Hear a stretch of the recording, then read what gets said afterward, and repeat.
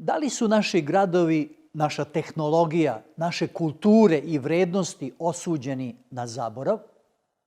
Zašto postavljam to pitanje? Zato što se to dogodilo gradovima, tehnologijama, kulturama i vrednostima u prošlosti. Oni su otišli u zaborav. A ako mislite da nisu, kakve poruke možemo izvući iz prošlosti za našu budućnost?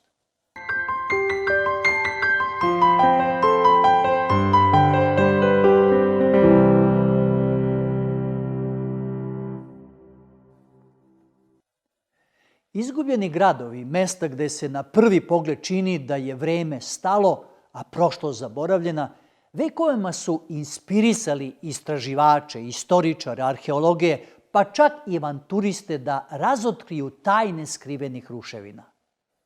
Od drevnih gradova na obalama Nila do Vavilona u Mesopotamiji, ove zaboravljene civilizacije nosile su sa sobom neverovatne priče o usponima i padovima, o napretku i propasti, o ljudskom umu i duhu koji su oblikovali svet. Međutim, u trenutku kada se ti gradovi gube u tami istorije, ostaje jedno pitanje koje stalno budi maštu. Kakve su to tajne koje one čuvaju? Tajna koja je bila stara 3850 godina konačno je otkrivena. Kopao je 9 godina. Do sada je pronašao samo komad grnčarije i zlatni komadić sa natpisom Tutankamona. Molio je sponzore da mu daju sredstva za još jednu sezonu. A onda je došao novembar 1922. kada je poslao telegram sledeće sadržine. Našao sam grob Tutankamona, s mesta dođite. A Lord Carnarvon je već sutradan stigao sa ćerkom Lady Evelyn Herbert. Naime, britanski egiptolog Howard Carter stajao je pred neoštećenim, zapečaćenim grobom faraona dečaka. Gledajući pomoću svetiljke u grobnicu, ostao je bez reči. Prošao je minut, 2 minuta, a on je i dalje ćutao. I Lord je bio nestrpljiv i zapitao je, šta vidite? Carter je samo odgovorio, vidim prekrasne stvari. I bile su prekrasne. U grobnici su bila 3 kovčega od čistoga zlata. Na posmrtnoj masci 42 dragocena draga kamena. Likovi, kipovi njegovih slugu koji su trebali da mu služe u zagrobnom životu. 2 mačje glave, simbol bogova mačaka.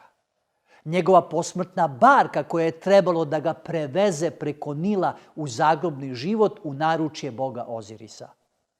Ukupno 5000 komada od neprocenjivog blaga. Sva pronađena blaga izložena su u Kairskom muzeju.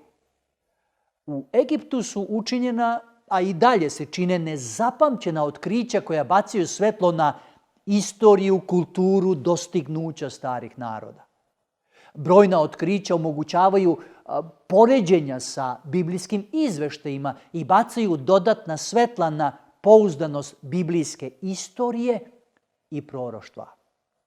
Kada je u pitanju istorija, to nam je jasno na čega se odnosi, ali verovatno se pitate na čega sam mislio kada sam rekao proroštvo? Pročitajmo jedan tekst iz drevnje knjige koja upravo podrazumeva ovu reč, a zatim ćemo vidjeti kako je to istorija potvrdila.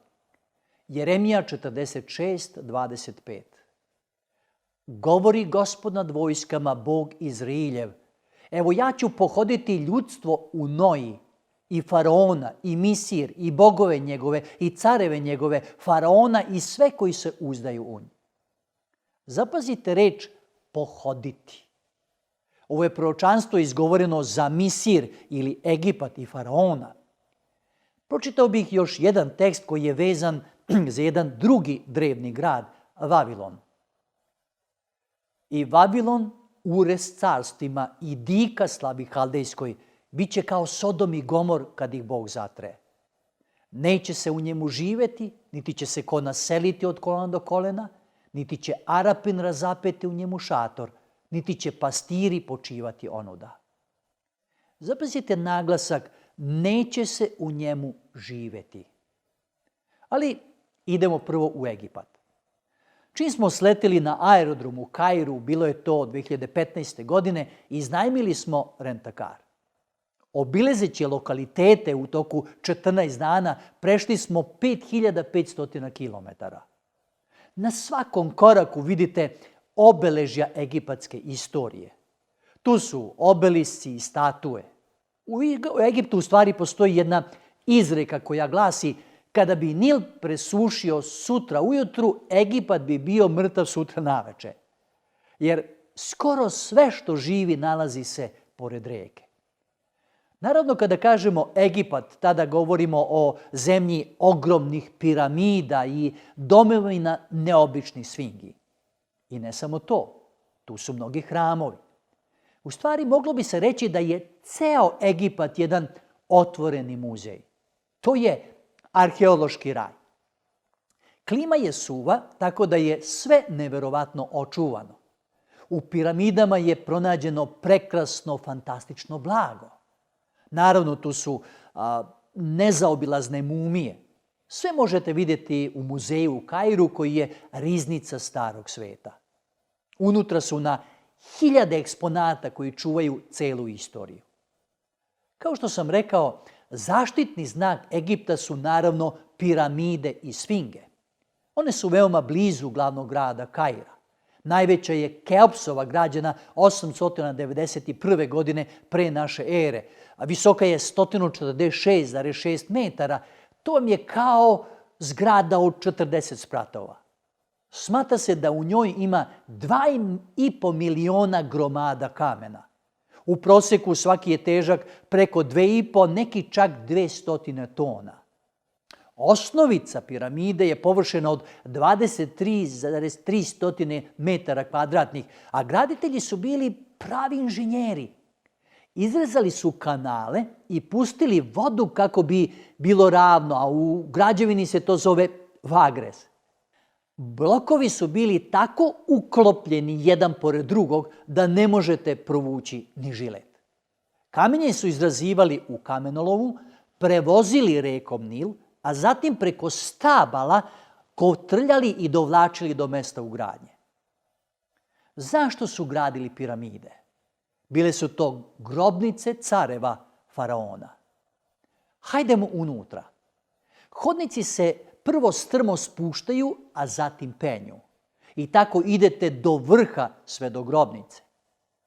Idemo za trenutak u muzej da vidimo šta je sve pronađeno u piramidama. Rezbarije na predmetima su veoma precizne.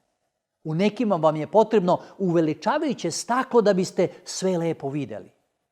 Najčudnije su slike u unutrašnjosti posuda. Tu je zatim odeća, kreveti, kišobrani, zlatni zubi, a mi idemo ponovo do piramide. Pored nje je unikatni muzej. Građen je 10 godina. U njemu se nalaze čudesni pronalasci. Naime, u dubokom kanalu u steni prekrivenom gromadama pronađen je ovaj brod star 4.500 godina. Služio je za prevoz duša. Također, pored piramida je sfinga načinjena pre isto toliko godina, a ima ih na hiljade. Ova je najveća od svih. Pravljena je od jednog gromada stene. Sfinga je visoka 20 metara, dugačka 23 metra, sve od jedne stene osim šapa. Ali postoji jedna priča koja opisuje san Tutmozesa IV. Posle lova došao je da se odmori u hladovini šapa i zadremavši usnio san u kome je čuo glas: doći ćeš na presto. Imao je starijeg brata koji je trebao da bude faraon posle njihovog oca, zato se čudio rečima i sna. Ali njegov otac se kasnije utopio, a brat je umro. Šta se dogodilo? Izveštaj iz druge knjige Mojsijeve nam govori o Jevrejima koji su bili robovi u Egiptu. Iako je Mojsije zamolio faraona da pusti Jevreje, ali pošto je to odbio, Egipat su sustigli 10 zala. Posljednje 10. zlo nakon kojeg je faraon ne pustio, nego isterao Jevreje iz Egipta je bio pomor prvenaca. Tada je prestolonasljednik umro. Pošto je aktuelni faraon bio utopljen u Crvenom moru, zaista je Tutmozeš IV. Došao na presto. Vidimo jednu paralelu između Svetog pisma i istorijskih zapisa. Na razdaljini od 100 km nalazi se još 60 piramida. Sve se nalazi na zapadnoj obali. Ovo je izgrađena u vreme faraona Zosera ili Ćosera. U stvari je najstarija građena piramida još 2780. godine pre naše ere. U prvom redu vidite kreature bogova zmija. Gde su se nalazile? Ovo su ostaci nekadašnjeg hrama. Ući ćemo unutra. Pogledajte ostatke ovih stubova. Zaista veličanstveno. Međutim, 100 metara dalje je jedna interesantna grobnica. Ulaz nas vodi u hodnik koji je 12 metara ispod nivoa peska. Hodnik je širok 3 metra, visok 8 metara i dugačak 340 metara. Zatim ulazimo u jednu veliku prostoriju u kojoj se nalaze 24 kovčega. Dužina im je 4 metra, širina 2,3 metra, dubina 3,3 metra. Pravljeni su od ružičastog granita i doneseni iz Asuana udaljenom 1000 kilometara. Ko je sahranjen u njima? Apis, bik, božanstvo. Pitamo se kako su to izveli. Kako su uneli kovčeg kroz tako mali ulaz? Činjenica je da su prvo stavili kovčege, a zatim gradili spoljašnost grobnice. Ovo su ostaci pomoćnih zgrada i kuća u kojima su živeli sveštenici. A mi putujemo dalje. Otprilike pola dana vožnje stižemo u grad Memfis. Nekada ogroman grad, građen 2780. godine pre naše ere. Postojao je sve do 12. veka naše ere. Alabasterska sfinga čuva ulaz. Ispred muzeja je jedan park pun statua. Neke su bez glave, dok su druge bolje očuvane. Ulazimo u muzej gde pronalazimo statu Ramzesa II. Inače zove se Pala Ramzesova statua. Evo zašto. Nema noge i ne može da bude postavljena uspravno. I mi postavljamo pitanje, zašto je sve to tako? Što je zanimljivo? Svetopismo je zapisalo jedno proročanstvo. Jezekilj 30:13. Ovako veli Gospod, Gospod, i gadneću bogove potrti, i istrebit ću likove u Nofu, i neće više biti kneza iz zemlje Misirske, i pustit ću strah u zemlju Misirsku. Nof je Memfis koji je iščezao. Nikoga nije obnovio i niko više ne živi u njemu. Idemo prema jugu nekoliko stotina kilometara i dolazimo do Tebe, danas Luksor. U starom Egiptu postojala su 2 velika hrama. Jedan je bio u Luksoru, a drugi u Karnaku. Na ulazu u hram vidimo aveniju sfingi u obliku ovnova. A ovo su dame koje su išle sa nama. A zašto sam ih ovde fotografisao? Da li vidite malu statu u podnožju faraonovih nogu? Na ovoj slici se bolje vidi. To je faraonova žena, u kojoj veličini, muškarcu do kolena. Žao mi je što je tako, ali tada je tako bilo. A pogledajte sada ovaj zid. Od čega je načinjen?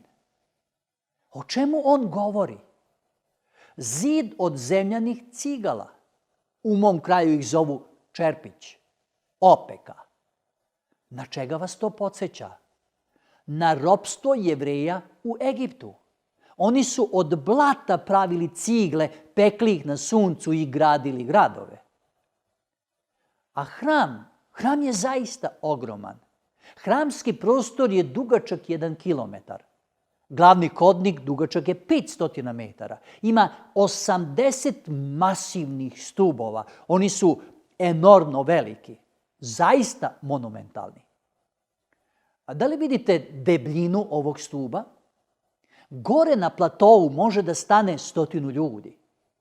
Bilo je to slavno vreme Egipta. A procvat je nastao nakon oslobođenja od okupacije Hiksa ili Hiksosa. Na kraju hrama je obelisk. A još jedna skulptura faraona i ponovo, gde je žena?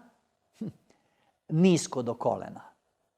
I nešto interesantno, ovaj beduin je bio jedini koji se fotografisao sa mnom, a da nije tražio da mu platim. 30 kraljeva i kraljica učestvovala je u gradnji. Sve je zapisano hijeroglifima. Ovo su crteži u unutrašnjosti hrama. Neki su manje očuvani, ali stubovi i obelisci, zidovi prekriveni su pismom hijeroglifa. Kako to razumeti? 1799. Napoleon je preduzeo pohod na Egipat. Poveo je sa sobom ne samo vojnike, nego i istoričare, lingviste. Oficir po imenu Bušar otkrio je ovaj kamen kod mesta Rozeta. Tako je ovaj kamen i nazvan Rozetski kamen. Kada sam posjetio najstariju ćerku koja je studirala i radila u Londonu, na pitanje šta želim da vidim, rekao sam Britanski muzej. Ovo je sada uživo kamen iz Rozete. Francuski poliglota Champollion pronašao je ključ. Naime, bila su u pitanju 2 jezika ispisana na 3 pisma. Hijeroglifi, demotsko i grčki tekst. Pomoću grčkog teksta Champollion je protumačio znakove hijeroglifa. A mi se vraćamo u Egipat. Ovdje vidite faraona Šešonka ili Sisaka. On je napao gradove u Izraelu. Svaka kartuša ili slika daje ime pobeđenog grada. Tu su zapisani 100 gradova. A pogledajmo sada izveštaj iz Svetog pisma. A 5. godine carovanja Rovoamovog dođe Sisak, car Misirski, na Jerusalim i uze blago iz doma gospodnjeg i blago iz doma carevog, sve to uze, i uze sve štitove zlatne koje je načinio Solomon. U vreme posle cara Solomona, najmudrijeg cara, carstvo se podelilo i vladali su Rovoam i Jerovoam. A isti izveštaj koji se nalazi u Egiptu čitamo i u Svetom pismu. I ne samo imena gradova. Hijeroglifi su zabeležili ime Josifa koji je živeo u Egiptu i spasao ga u vreme 7 godina gladi. Podsjećam vas da je faraon sanjao o 7 debelih i 7 mršavih krava, kao i o 7 jedrih i šturih lasova. A Josif je ne samo protumačio san, najavivši 7 rodnih godina, a zatim 7 gladnih, nego je dobio zadatak da se pobrine za te gladne godine i da se one prevaziđu. Arheologija potvrđuje biblijske izveštaje. Idemo sada do Luksora. A to je jedan veoma siromašni deo Egipta. Vidite i sami kakvim prevozom se služe. Preko dana je sve skoro mrtvo zbog vrućine, a predveče počinje život i posao. Tu je trgovina. A pogledajte korpu na glavi žene. Dolazimo na pijacu. Voća i povrća ima u izobilju. Polako završava dan i vidimo zalazak sunca koji je predivan. Treba nam odmor. Rano ujutru krećemo brodićem zvanim Falukas. Stižemo do doline Kraljeva gde nikada ne pada kiša. Zbog suve klime sve je očuvano. Vidite telo žene koja je ostala zakopana u pesku od 3300 godina pre naše ere, dakle više od 5000 godina, a nije mumificirano. Pronađene su ukupno 64 grobnice. Najuočljivija je grobnica Ramzesa VI. Vladao je 40 godina. Ruševine su zatrpale grobnicu faraona dečaka, o njemu sam govorio na početku. Grobnica Tutankamona bilo je teško pronaći jer je kamenje sa obrušene Ramzesove grobnice zatrpalo, ali posle 3282 godine ponovo je otkriven. Tutankamon je vladao 9 godina i imao je samo 18 kada je ubijen. Ovo je njegova posmrtna maska. Šta je sve sahranjeno sa njim? Zlatni krevet, komoda, prekrasne kočije presvučene zlatom. Inače, 6 godina su sakupljani predmeti i zbirka je kompletirana 1929. U alabasterskoj posudi su bili stavljeni unutrašnji organi, a sve to je bilo u jednoj škrinji. Telo je bilo balzamovano, mumificirano, a bile su u stvari 3 ogromne kutije presvučene listićima zlata. Izgleda kao neka mala garaža. U posljednjem je bilo telo dečaka Tutankamona. Preko lica nalazila se zlatna posmrtna maska. Sve to sada nalazimo u Kairskom muzeju. Egipćani su na taj način izražavali snagu, tako su portretisali svoje bogove i obožavali kraljeve. A šta je danas? Imam zato 2 pitanja. Šta je ostalo od slavnog Egipta? I da li su se biblijska proročanstva vezana za Egipat ostvarila? Ali nije samo Egipat u pitanju. Želeo bih da spomenem još neka mesta i proročanstva za njih. Idemo u Liban. Dolina Balbek, dom Hezbalaha. Ovo je centar bogosluženja Bogu Valu, Bogu vatre. Vidimo ruševine veličanstvenog rimskog hrama. U stvari bila su 3 glavna hrama, Jupiterov, Venerin i Bahusov. U centru je veliki Jupiterov oltar. Bahus ili Dionizijus u grčkoj mitologiji bio je bog prirode, naročito vina. Kao što zaključujemo, paganski sveštenici su nestali, a oltari leže u ruševinama. Zašto? Na ovim mestima nije bilo samo bogosluženje, nego pijanke, orgijanja i prinošenje ljudskih žrtava. Bilo je to beznadežno i izopačeno obožavanje lažnih bogova. Idemo dalje do ostataka 2 feničansko-hananska grada, Tir i Sidon. Na području Tirskog groblja pronađene su 300 kovčega. Produžavamo i prolazimo kroz aleju stubova i lukova. Zapadno od groblja je arena. Kada su stari proroci vidjeli ovu scenu, vikali su: uništite grad, uništite grad. Zašto? Kakva su ovo grobna mesta? Bila je praksa prinošenja dece kao ljudskih žrtava.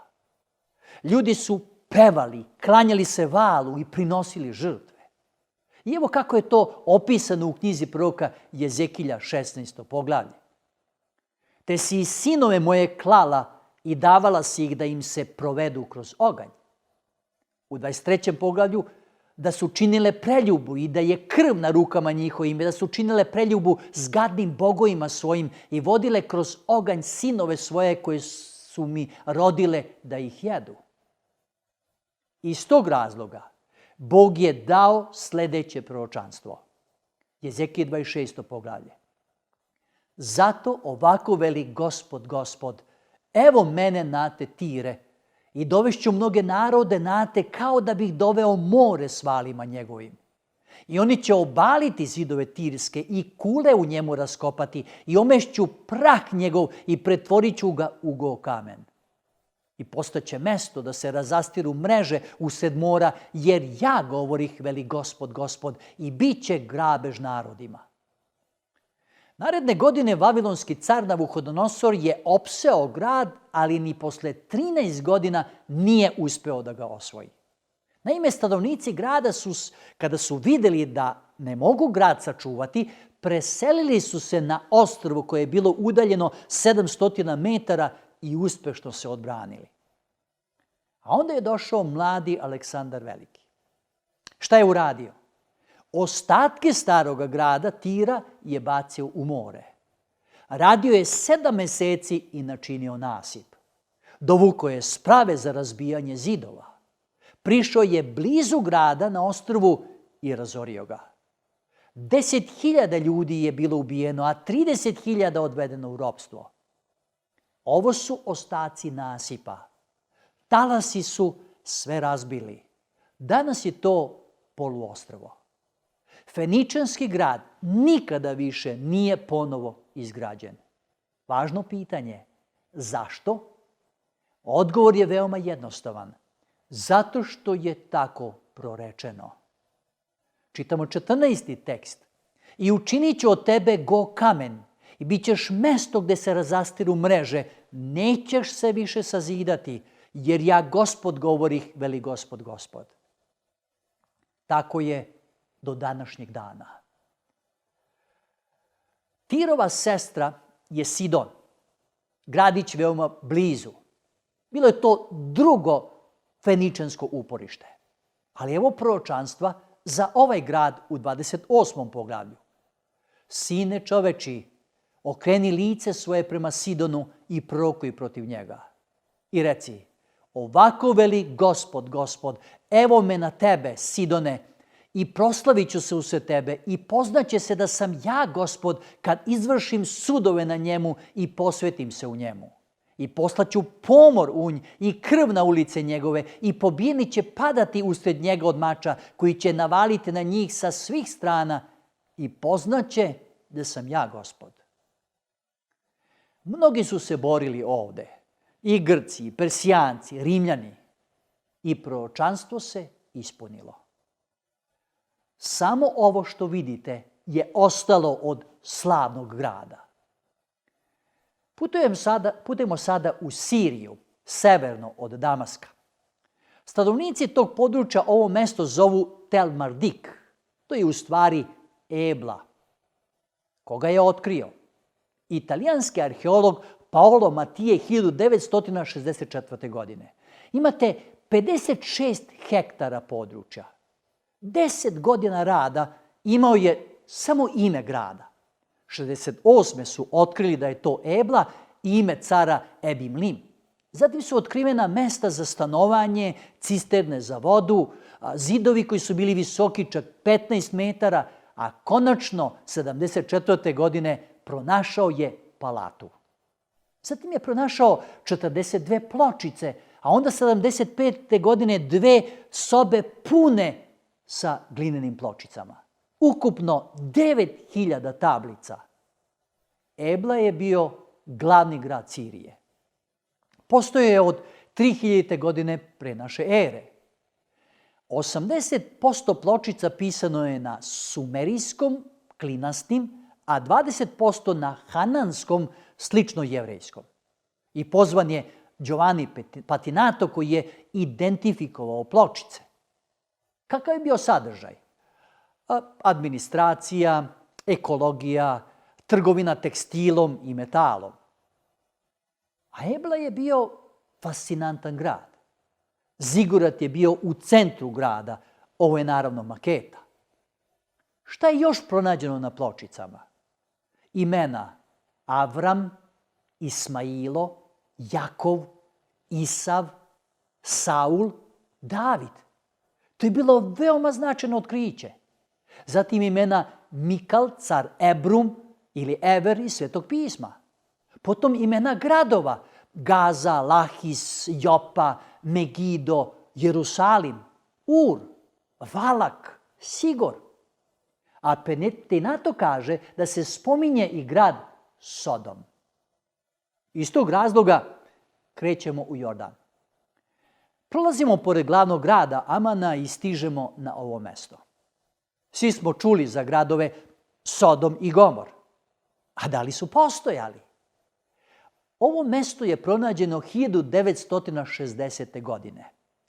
Mesto se zove Bab ad-Dhra, neobično za naš jezik, a značenje je vrata lakta.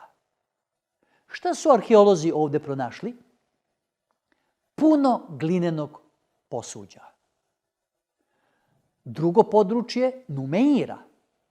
Zašto je sve ovo interesantno? Vidimo pepeo debeo 1,5 metar. Odakle tako debeo pepeo? Nigdje nema vulkana. Ovdje je pronađeno zaista spektakularno otkriće. Pronađene su 2 skeleta. Znate li što je interesantno? Zaključuje se da je nastala iznenadna smrt. Nisu stigli da pobegnu. Zidovi su inače pravljeni od nepečene cigle, a ovdje su pronađene pečene cigle. Odakle? Kako? Zašto tako velika količina pepela? Gradovi su očigledno uništeni vatrom. Područje svih 5 gradova iz ovog područja je identično. Ponovo ću se poslužiti Svetim pismom. Tada Lot podiže oči svoje i sagleda svu ravnicu Jordansku, kako celu natapaše reka, beše kao vrt gospodnji, kao zemlja misirska, sve do Zagora, pre nego Gospod zatre Sodom i Gomor. Ovo je izveštaj. A šta zaključujemo? Svih 5 gradova potiču iz Avramovog vremena. Nalazili su se pored reka. Bili su uništeni, i to 2 puta. Bili su uništeni ognjem. A u 19. poglavlju izveštaj kaže: tada pusti Gospod na Sodom i na Gomor od Gospoda s neba dažd od sumpora i ognja. I zatre one gradove, i svu onu ravan, i sve ljude u gradovima i rod zemaljski. Krenimo dalje. Prolazimo Movske planine i dolazimo do Petre. Prvo su živjeli ovdje Horiti ili Hurijanci ili Horeji. A u 5. Mojsijevoj izveštaj kaže: i Horeji življahu pre u Siru, ali ih sinovi Isavovi isteraše i istrebiše ispred sebe i naseliše se na njihovo mesto, kao što učini Izrael u zemlji svog nasledstva koje mu dade Gospod. Bio je to nekada carski put, a onda dolaze Edomci. Ko su Edomci? Potomci Isava. Čitamo iz 1. knjige Mojsijeve, a ovo je pleme Isava, oca Edomcima na planini Siru. Semitski izraz je Sela, grčki Petra, što znači stena. On postaje glavni grad Edomaca. Oni su isklesali grad u steni.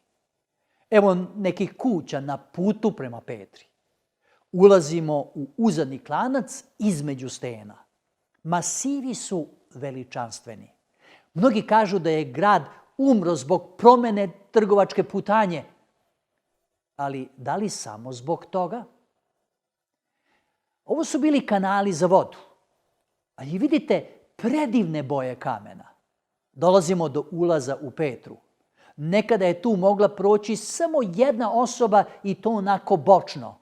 Sada je prošireno da bi se moglo nesmetano ući i izlaziti iz grada. I čim uđete unutra vidite prekrasnu građevinu El Kazneh ili blagajna. Ona je jedna od najlepših u Petri. Nekada je to bio hram posvećen boginji Izis. Visoka je 40 metara. Ceo hram je uklesan u steni i smatra se da je jedna od najlepših umetničkih zgrada na svetu. No, idemo dalje. Ovdje su sahranjivali svoje mrtve. A evo kuće gradonačelnika. Zaista je lepa. Iz kuće je pogled na amfiteatar koji je mogao da primi 7 do 8 hiljada ljudi. Dolina je dugačka 6 kilometara. A danas je sve tiho i mrtvo. Zašto? Popnimo se stepenicama na planinu Eldeir. Prolazimo pored manastira u steni, a ponavljam i dalje pitanje zašto je sve pusto. Prvo pročitajmo istorijski zapis. 2. dnevnika. Amasija, oslobodivši se, povede narod svoj i otide u Slanu dolinu i pobi 10.000 sinova sirovih. I 10.000 živih zarobiše Judejci i odvedoše ih na vrh stene i pobacaše ih sa vrha stene da se svi raspadoše. Koju poruku Bog izgovara protiv ovoga grada? Opet u Jezekilji. Opet mi dođe reč Gospodnja govoreći: Sine čovečiji, okreni lice svoje prema gori Siru i prokuj protiv nje i reci: ovako veli Gospod, evo me na tebe, gore Sire, i dignuću ruku svoju na te i opusteću te sasvim. Zašto? Ne samo da nema stanovnika, već nema ni jednog od Isavovih potomaka. Idemo dalje, sve više na vrh. Stena Jebel Zib Atuf. Na vrhu vidimo najbolje očuvani oltar. Okrenut je ka suncu. A ovo je ceremonijalni bazen. Sveštenici su se prali pre službe. Oltar? Za čega? Dok je sunce izlazilo, prinešene su ljudske žrtve. Izabrana je mlada devojka. Sveštenik je vadio srce iz njenih grudi, a onda se penjao 5 stepenika i stavio ga u udubljenje. Bio je to način da se umilostivi Bog sunca. Strašno, zar ne? Selimo se u Izrael. Godina 1947. Beduini iz plemena Ta'abir napajali su stada. Jedan od njih, Muhamed ed-Dib, krenuo je za svojom odbeglom kozom. Pošto u tom području ima puno pećina, bacili su kamenje u unutrašnjost da bi se uplašila i pomerila i otkrila da je tu. U jednoj od pećina kamen je razbio zemljani ćup. Prvo su pomislili da su otkrili blago. Međutim, u ćupu su u belom platnu bili umotani pergamentni od kože. Uzeli su 2 rolne u torbu i ponudili obućaru za sandale.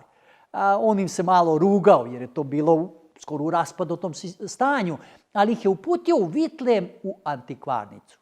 Videvši svitke, prodavac je rekao da je ovo starojevrejski, da odu u stari deo Jerusalima i ponude to u manastiru.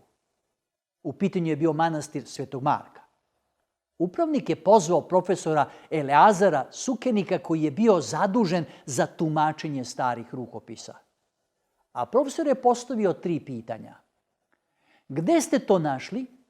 Ima li toga još? I koliko tražite za ova 2 svitka?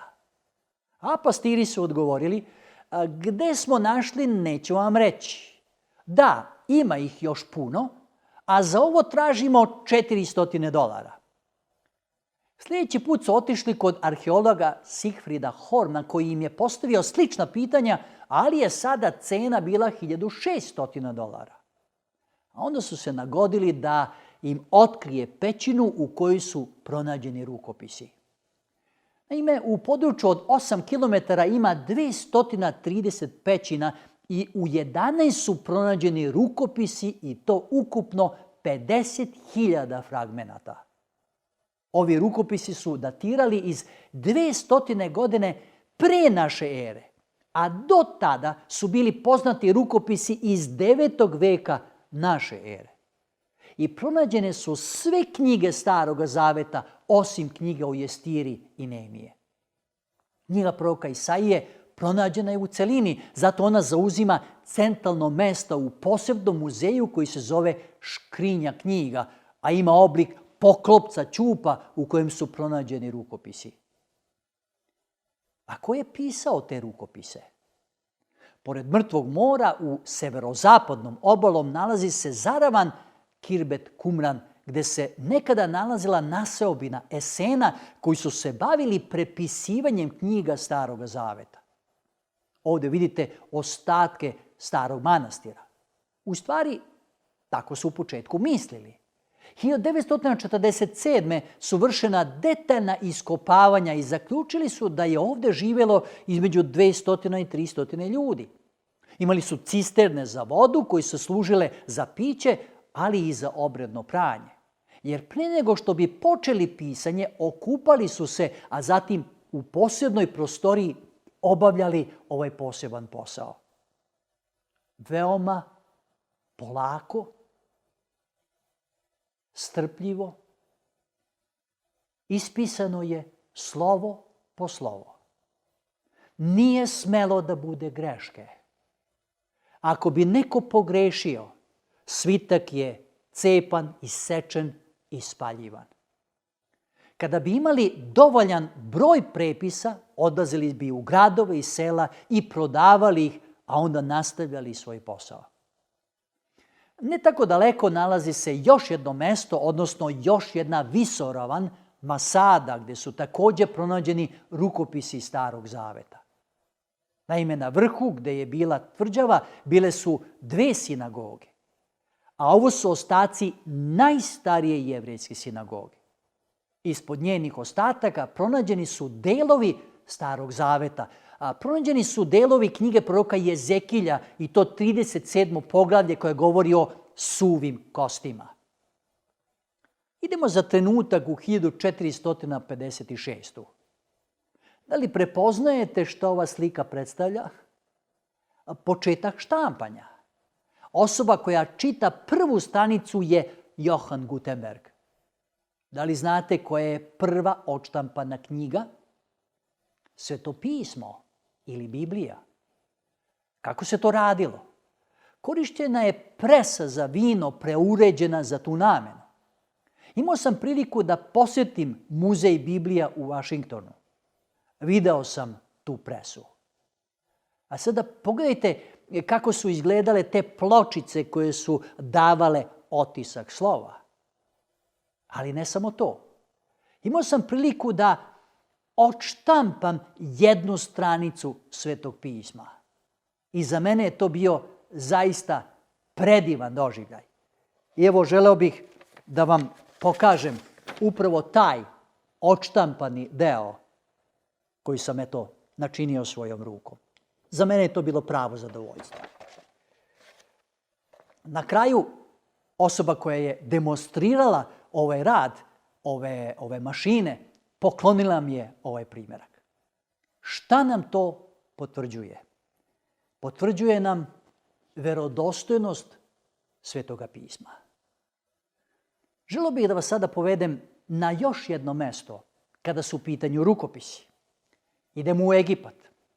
Ispod gore Sinaj nalazi se manastir Sveta Katarina. Zbog čega je on poznat? Prema predanju, manastir je podignut na mestu gdje je bio grm, gdje je Mojsije razgovarao sa Bogom.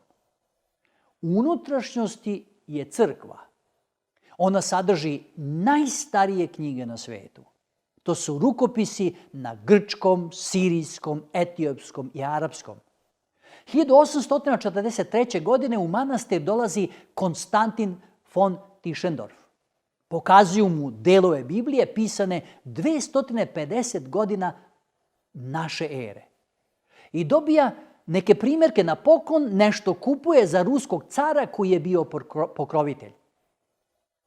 Bili su u Sankt Petersburgu do 1933. Onda britanska vlada nudi 100.000 funti i Rusi im prodaju. Danas se čuvaju u Britanskom muzeju. U pitanju je takozvani Codex Sinaiticus iz 4. veka naše ere. To je najstariji prepis Novoga Zaveta. Zašto je sve ovo značajno? Kada uporedite svoje svetopismo, koje se inače danas štampa u milionima primjeraka, a prevedeno je na više od 3000 jezika, sa ovim izvornim pisanim tekstom, vi ne vidite nikakve razlike. Dragi moji, možemo zaključiti da je Bog svoju reč sačuvao do današnjega dana. I ona je nepromenjena. A sada se selimo u Bagdad, glavni grad Iraka. Veoma je raširen. Kao da svako želi da ima svoju baštu ili park. Veoma je toplo i pravo je osveženje šetati uz reku Eufrat. Bagdad je istorijsko mesto sa impresivnim džamijama. U stvari, znamo da Irak je zemlja dve reke, Eufrata i Tigrisa. To je kolevka civilizacije koje zovemo Mesopotamija. Sve je nekada bilo usmereno nekako ka ovom čoveku, Sadamu Huseinu. Njemu u čast bila je podignuta visoka statua od 5 metara. Međutim, evo kako je završila. Dole na zemlji u plamenu. Ali za vrijeme svog života podigao je sebi 52 palate. Sve je koštalo u svoje vrijeme 4 milijarde nemačkih maraka. Ova se nalazi ispod zanimljivog mesta nekih 90 km južno od Bagdada. Ovdje leže ostaci grada Vavilona. A vidimo maketu Ištar kapije. A gdje je original? Original je u Pergamon muzeju u Berlinu. Kada sam imao predavanja tamo, vodili su me da to uživo vidim. U Vavilonu su bili poznati viseći vrtovi. Glavna ulica se zvala Procesija. A Vavilon je imao 13 hramova. Najveći je bio posvećen bogu Belmarduku. Husein je započeo rekonstrukciju grada. Učinio je to da bi privukao turiste. I vidi se i danas te masivne strukture. Dakle, prije 2500 godina bio je to zlatni grad. A ovdje vidite rekonstruisan deo. Međutim, većina je danas u ruševinama. Ono što se čuju su samo hijene i šakali. Ostaci govore o veličanstvenom gradu. A zidovi su bili puni ornamenata, krilatoglava koji je bio simbol Vavilona. Danas samo ruševine, samo gomila zemlje. A ko ga je izgradio? Car Navuhodonosor. On je inače predak Sadama Huseina. Bio je to grad država. On je kontrolisao ceo tadašnji svijet.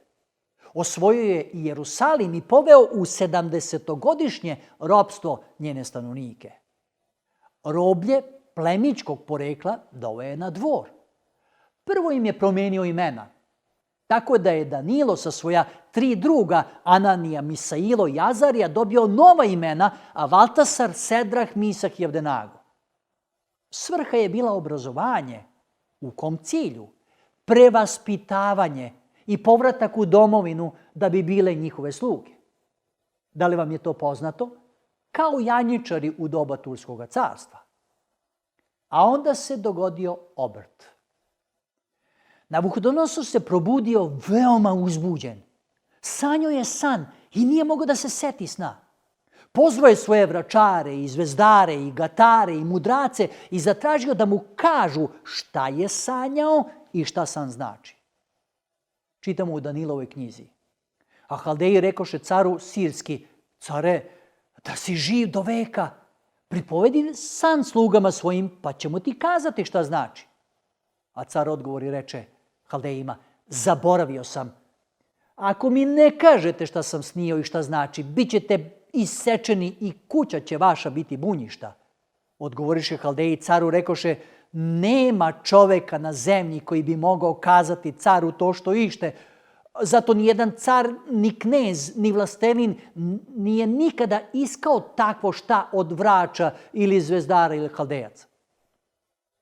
Zapazite da oni priznaju da to niko ne može. A kako car reaguje? Naređuje pokolj svih savjetodavaca. A onda dolazi Danilo i traži audijenciju. Čitamo 2. poglavlje. A Danilo otide i zamoli cara da mu ostavi vremena, pa će kazati caru šta san znači. Zašto je Danilo dobio vreme za razliku od drugih? Na ispitu, posle 3 godine obrazovanja, vidjelo se da su Danilo i njegovi drugovi 10 puta bolji od ostalih studenata. I šta se dogodilo? 19. tekst. I objavi se tajna Danilu u noćnoj utvari. I tada Danilo blagoslovi Boga nebeskog. Sutradan Danilo dolazi caru i kaže mu: care, evo šta si video. I Navuhodonosor se odmah setio. 36. tekst. To je san. A sada ćemo kazati caru šta znači. Zapazite reč ćemo. Danilo se ne hvali da je to njegova mudrost. On priznaje da mu je to Bog otkrio. Zlatna glava je Vavilon. Srebro je sljedeće carstvo. A posljednji vladar Vavilona zvao se Valtasar. Načinio je gozbu jer je bio siguran u svoje zidove. Zapovedio je da se donesu menora, svetokraki svećnjak, donesen iz Jerusalimskog hrama. Nastala je pijanka i orgijanje. A onda se pojavila ruka koja je počela pisati na belom zidu velike dvorane. Reči su bile vidljive, ali nejasne. Mene, tekel ufarsin. Što se dogodilo? Miđani i Persijanci koji su bili u opsadi grada nisu mogli da uđu u njega. A onda se Kir dosjetio da se iskopa kanal oko grada. I upravo te noći, skrenuli su tok reke u kanal, a oni koritom reke ušli u grad. A tako je i prorečeno. I to 150 godina unapred prije nego se Kir i rodio. Isaija je to zabeležio. Bog mu je otkrio.